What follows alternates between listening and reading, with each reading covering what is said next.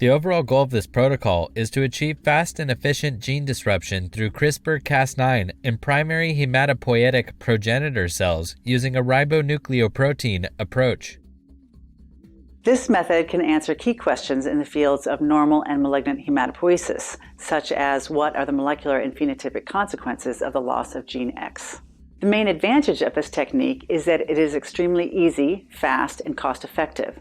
The estimated time needed from the experiment conception to the execution is shorter than 1 week. Though this method has been optimized for hematopoietic progenitor cells, it can be applied to other cell types such as primary T cells, mouse and human hematopoietic cell lines, and primary leukemia samples.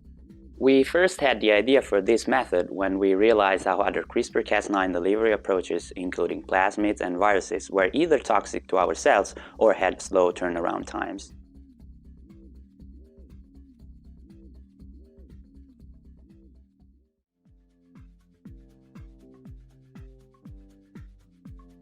In order to design single-guide RNAs of interest, first, navigate to the CRISPR scan website. Based on the cell of interest, hit the mouse or human button, and then enter the gene of interest in the UCSC search box and click Go. Next, zoom in on the exon that you wish to target. Check if any single-guide RNA target sequences are listed under the CRISPR scan predictions on genes heading. Next, click on a target single-guide RNA labeled as a green rectangle. Copy the full sequence displayed under the oligo sequence.